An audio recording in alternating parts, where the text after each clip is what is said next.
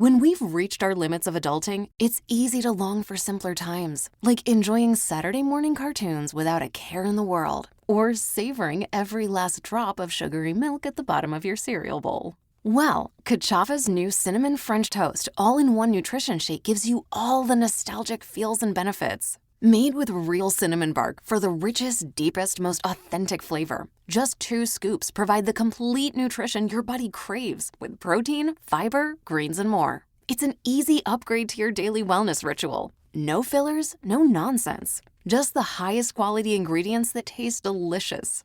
Adulting may not always be fun, but at least you can stock up on treats without asking your parents for permission. So whether you're kickstarting your morning or fueling your afternoon, treat yourself to a sip of nostalgia. Go to Kachava.com and use code NEWS for 15% off your first order. That's Kachava, Kachava.com, code NEWS. Frequency Podcast Network. Stories that matter, podcasts that resonate. We've been hearing more and more about artificial intelligence, and OpenAI is certainly a big reason for that.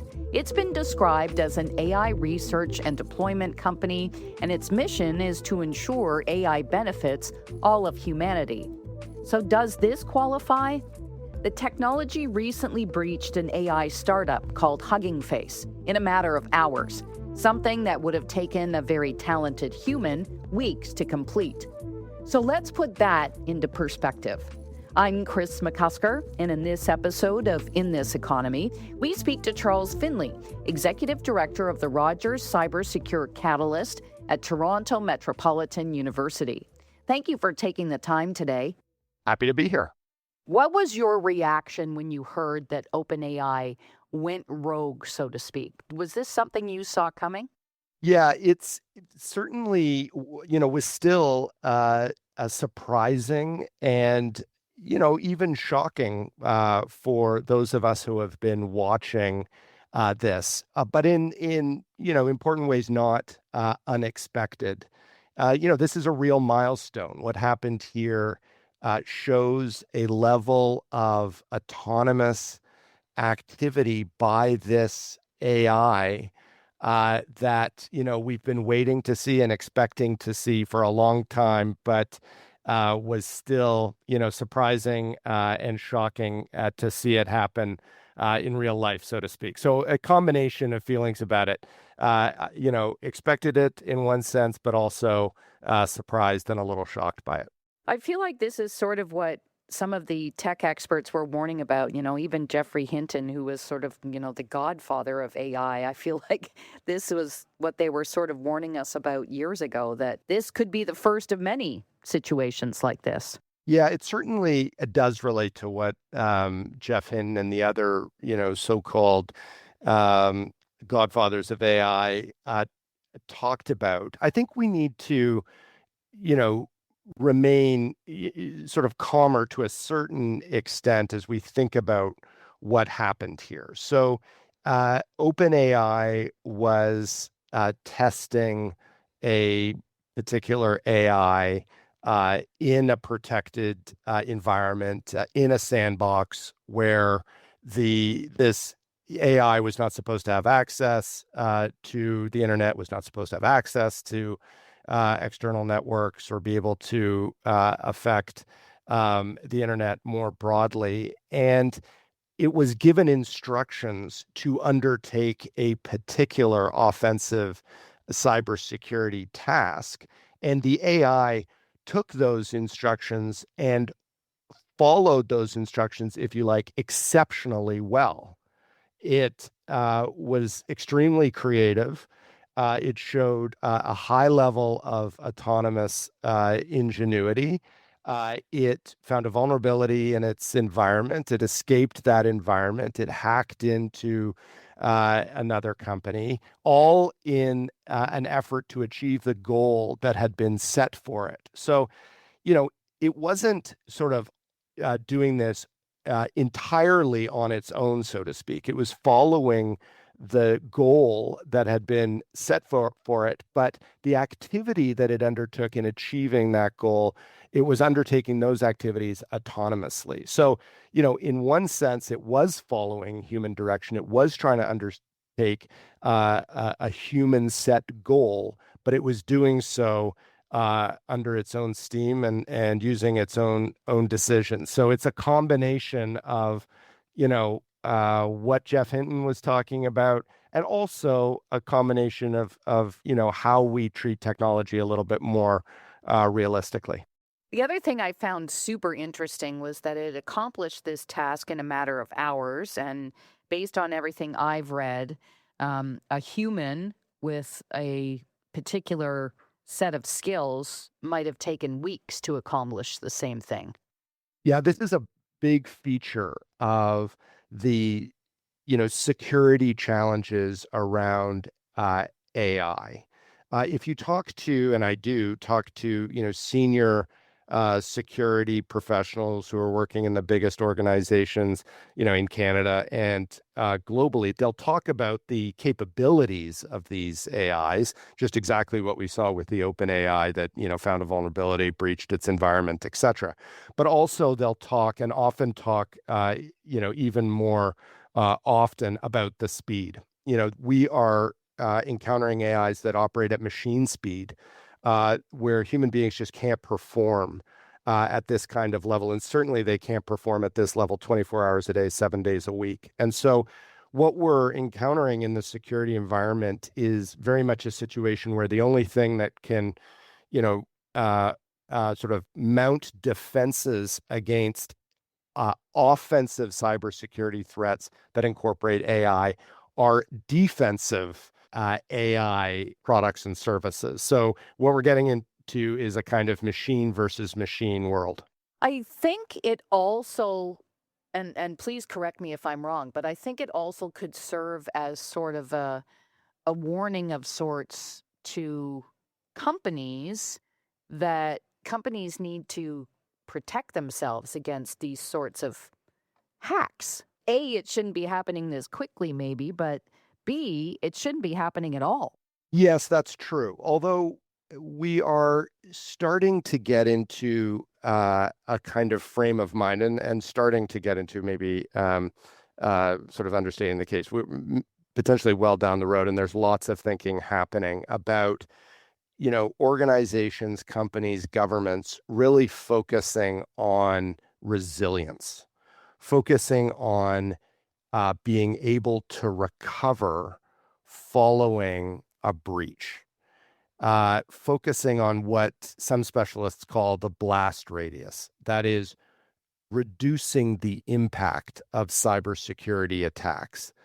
The view is now that, some successful cybersecurity attacks may be more or less inevitable, given the sophistication of the offensive techniques and tools, and on the pace of technological development, the kinds of threats that are being posed. And so the focus is not only on, yes, protecting organizations from those kinds of attacks and making them more difficult to breach in the first place, but also really reducing the damage when they are successfully breached. So that's something that's being talked about a lot. Well, and, as a reporter who pays attention to such things, like we're almost to the point in the program where if a company hasn't had a hack, that's more newsworthy than the ones who have. Yeah, that's absolutely right. And those companies that you haven't heard of them being hacked, may just not be telling anybody they've been hacked. There's a significant amount of underreporting about hacks generally across the ecosystem. So there's not a good picture of how common or how frequent it is, and we know it is very common and very frequent. So yes, the sort of the cliche now is that it's not a matter of if, it's a matter of when. You are going to be attacked. You are going to be attacked successfully. So how do you frame your organization? How do you train your people? How do you have the processes in place? How do you have the technology in place to get your organization, whatever kind of organization it is, back up and running as quickly as possible after a breach?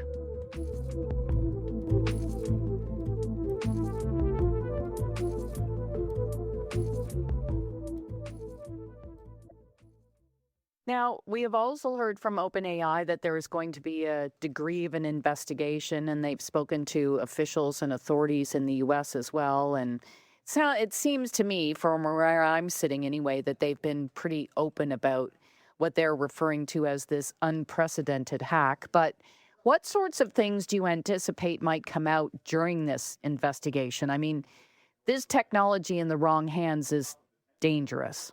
Yeah, it sure is. I mean, it's very difficult to tell what is true and what isn't.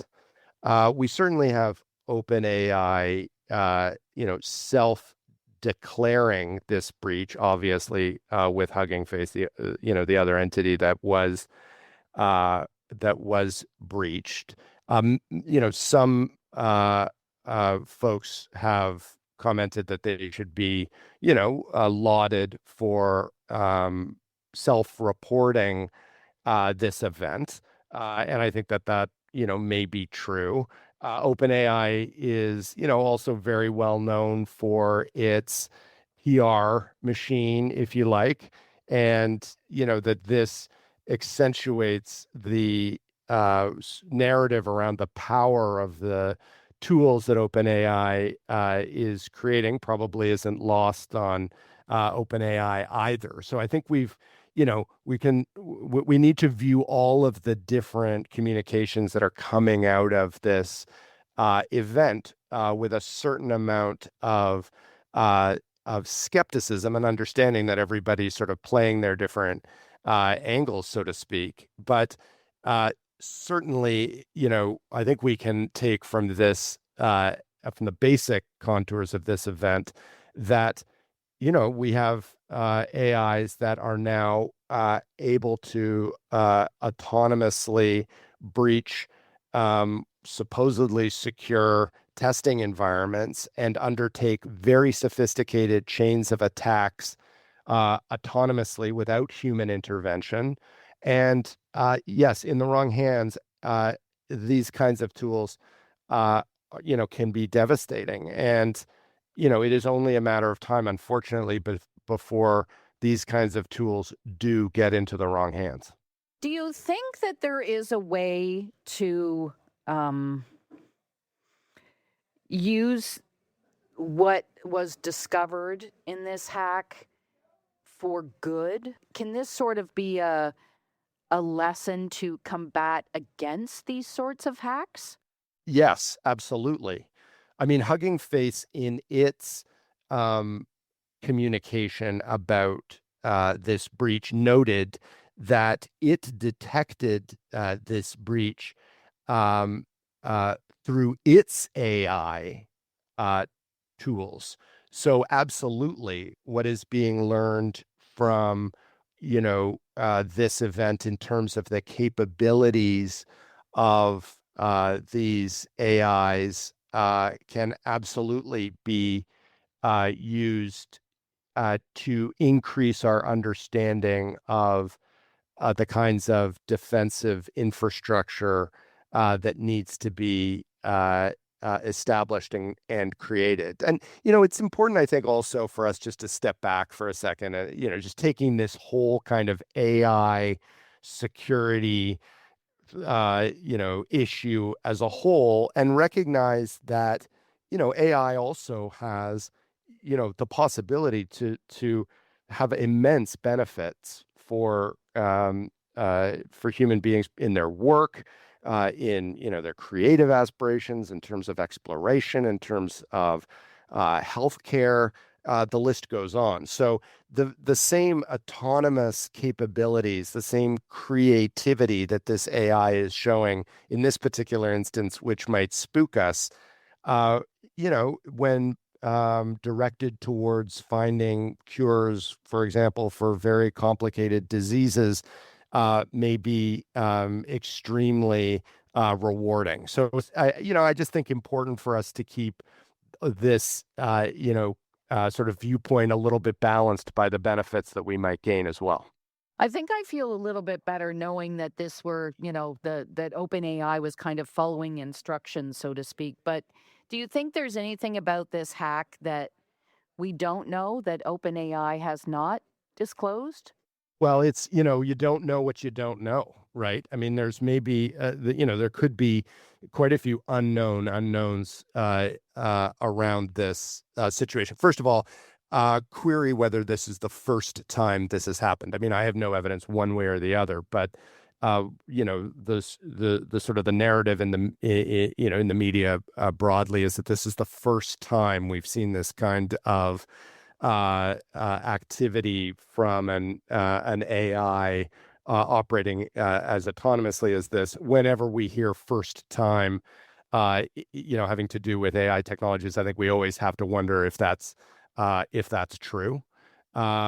We also, I think, another important thing to keep in mind is that if OpenAI has developed an AI with this kind of capability, it's almost certain that other global frontier model AI companies either have already developed AI models that are this capable or are just about to.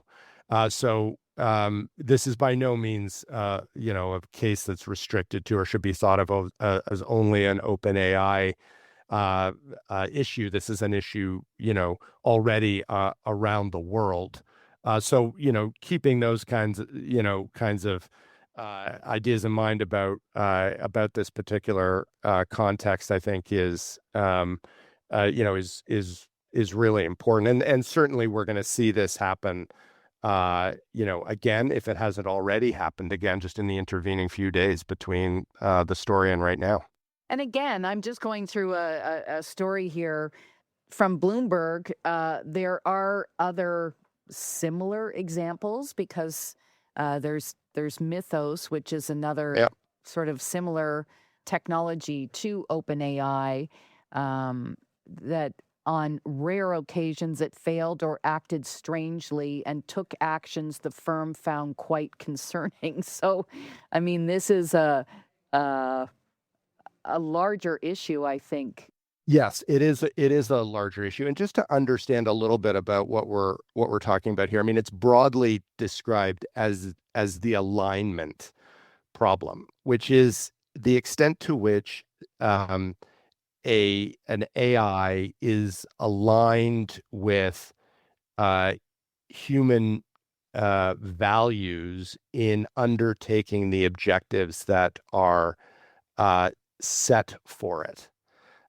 So, for example, in this particular case, OpenAI set a challenge for this AI to undertake. And it clearly, there was a failure around the conditions that OpenAI imposed on its model as to how it was going to go about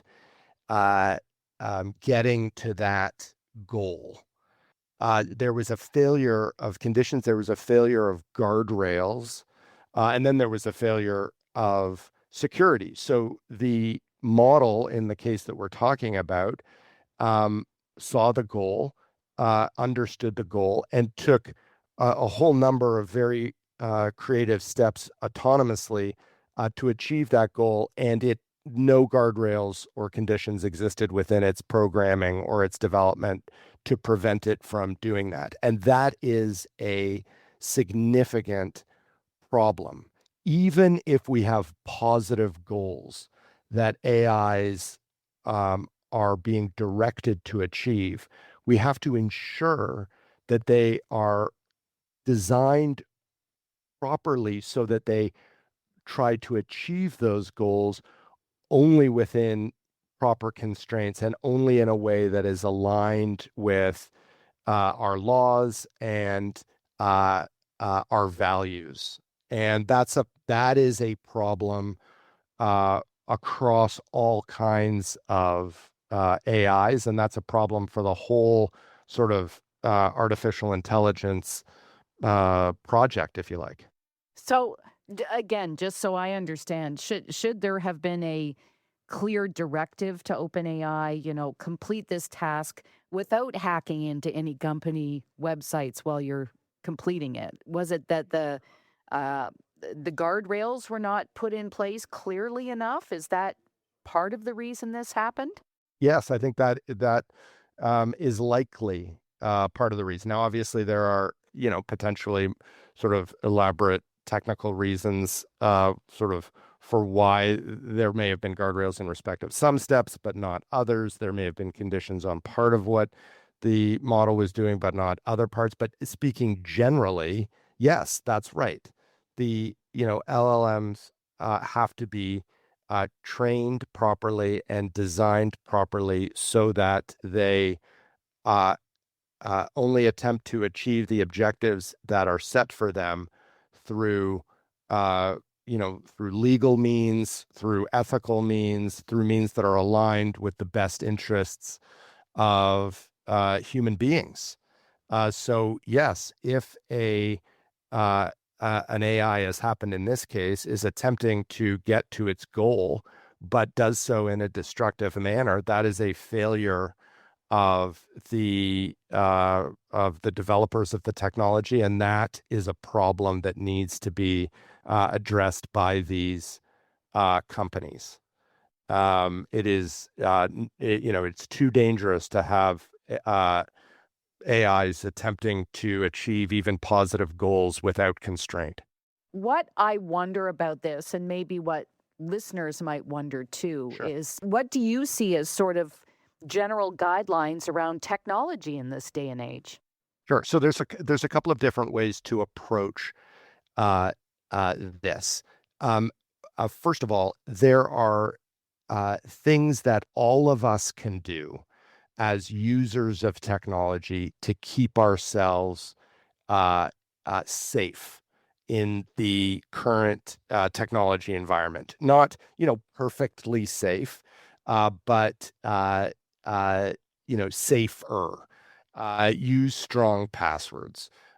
Use multi-factor authentication when possible. Do not click on links in emails or messages or text messages from untrusted senders. Do not provide your personal financial information to any untrusted recipient without checking twice, 3 times.